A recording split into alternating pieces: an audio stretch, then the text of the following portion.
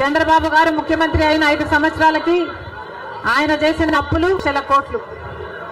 ఆ తర్వాత వైసీపీ ముఖ్యమంత్రి జగన్ రెడ్డి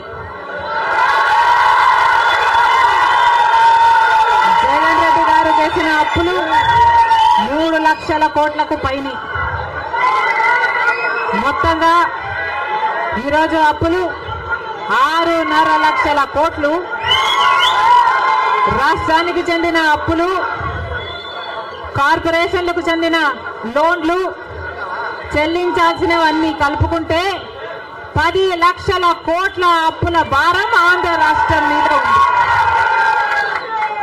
మరి ఇంత అప్పులు చేశారే, ఇన్ని డబ్బులు తెచ్చారే, మరి రాష్ట్రంలో ఏదైనా అభివృద్ధి జరిగిందా అని భూతద్దం పెట్టి చూసినా ఎక్కడా కనిపించదు.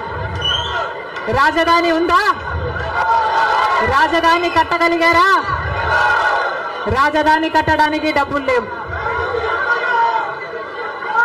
కనీసం ఒక మెట్రో అయినా ఉందా?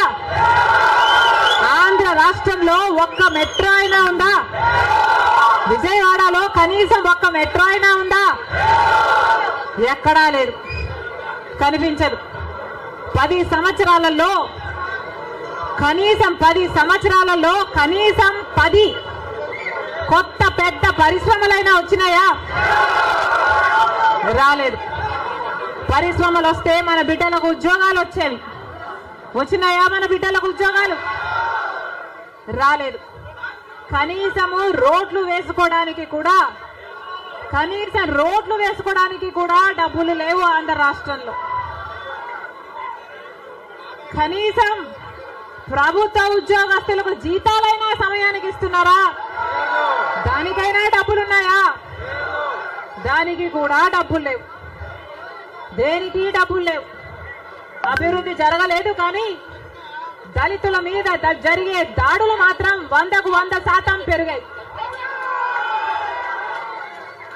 ఎక్కడ చూసినా ఇసుక మాఫియా, ఎక్కడ చూసినా లిక్కర్ మాఫియా, ఎక్కడ చూసినా మైనింగ్ మాఫియా, ఎక్కడ చూసినా దోచుకోవడం, దాచుకోవడం. ఇంతకంటే ఏం జరిగింది? 10 సంవత్సరాలు అయింది మన రాష్ట్రం ఏర్పడి. స్పెషల్ స్టేటస్ గురించి, స్పెషల్ స్టేటస్ వస్తే మన రాష్ట్రానికి స్పెషల్ స్టేటస్ వస్తే, ఆంధ్ర రాష్ట్రానికి స్పెషల్ స్టేటస్ వస్తే ట్యాక్స్ డిడక్షన్స్ వస్తాయి, రాయితీలు, ఇన్సెంటివ్స్ వస్తాయి, పరిశ్రమలు వస్తాయి. పరిశ్రమలు వస్తే మన బిడ్డలకు ఉద్యోగాలు వస్తాయి. కానీ 10 సంవత్సరాలైనా స్పెషల్ స్టేటస్ మాత్రం ఆంధ్ర రాష్ట్రానికి రాలేదు. రాలేదు అనడం కంటే పాలకులు తేలేకపోయారు అనడము కరెక్ట్.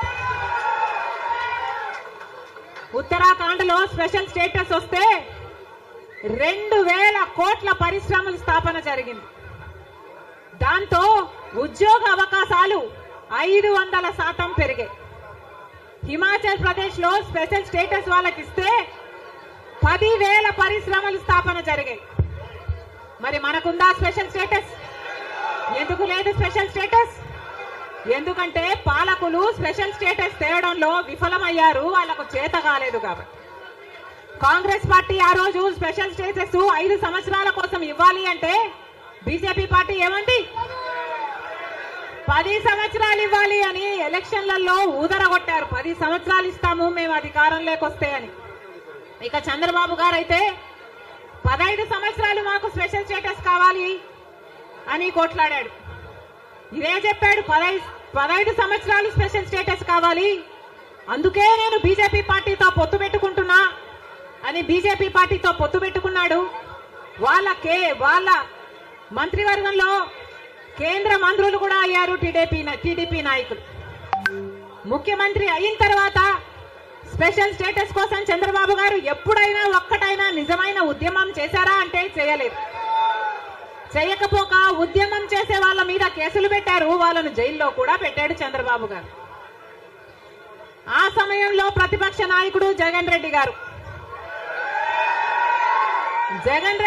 ప్రతిపక్ష నాయకుడుగా ఉన్నంత కాలం స్పెషల్ స్టేటస్ మనకు రావాలి అని ప్రతిరోజు కొట్లాడాడు. నిరాహార దీక్షలు కూడా చేశారు. ప్రతిపక్షంలో ఉండగా అవిశ్వాస తీర్మానం ప్రతిపక్షంలో ఉండగా ఏమా ప్రభుత్వం వాళ్ళు ఎవరైనా ఉన్నారు ఇక్కడ? ప్రజాస్వామ్యంలో రాజకీయ పార్టీకి హక్కు ఉండటమే కాదు, మార్చినటువంటి అభ్యర్థుల్ని గెలిపించినటువంటి 100% గెలిపించినటువంటి చరిత్ర కూడా ఈ రాష్ట్ర ప్రజలు, ఈ దేశ ప్రజలు ఉంది. సోనియా గాంధీ ఎక్కడ పుట్టింది, ఎట్లలో పుట్టి ఇక్కడికి వచ్చేందుకు పోటీ చేసిందని అడిగితే ఏమర్థం చెబుతారు? వెళ్ళి బళ్ళారిలో పోటీ చేసింది, బళ్ళారికి నీకు సంబంధం ఏంటని అడుగుతారా? యూపీలో పోటీ చేసింది, యూపీకి అమ్మాయికి ఏంటి సంబంధం? రాజీవ్ గాంధీ వెళ్ళి కేరళలో ఎందుకు పోటీ చేశాడు? ఇవన్నీ పనికిరాని మాటలు. మోడీ గారు గుజరాత్ నుంచి వెళ్ళి యూపీలో ఎట్ట పోటీ చేశాడు, కాశీలో?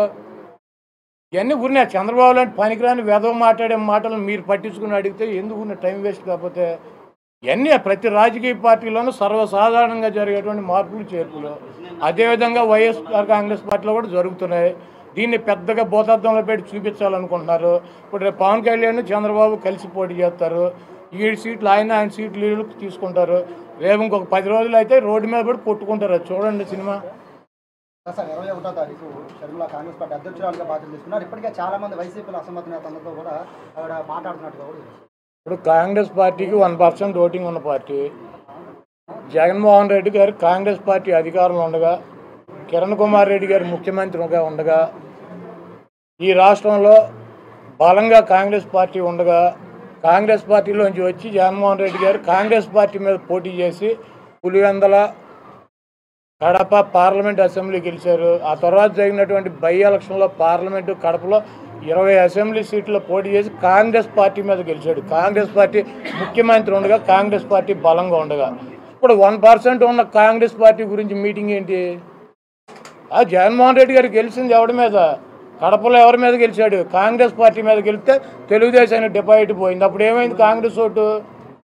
పులివెందుల్లో విజయమ్మ గారు గెలిచింది ఎవరి మీద? కాంగ్రెస్ మీద గెలిచారు. ఎవరి మీద గెలిచింది ఆవిడ? వివేకానంద రెడ్డి గారి మీద గెలిచింది.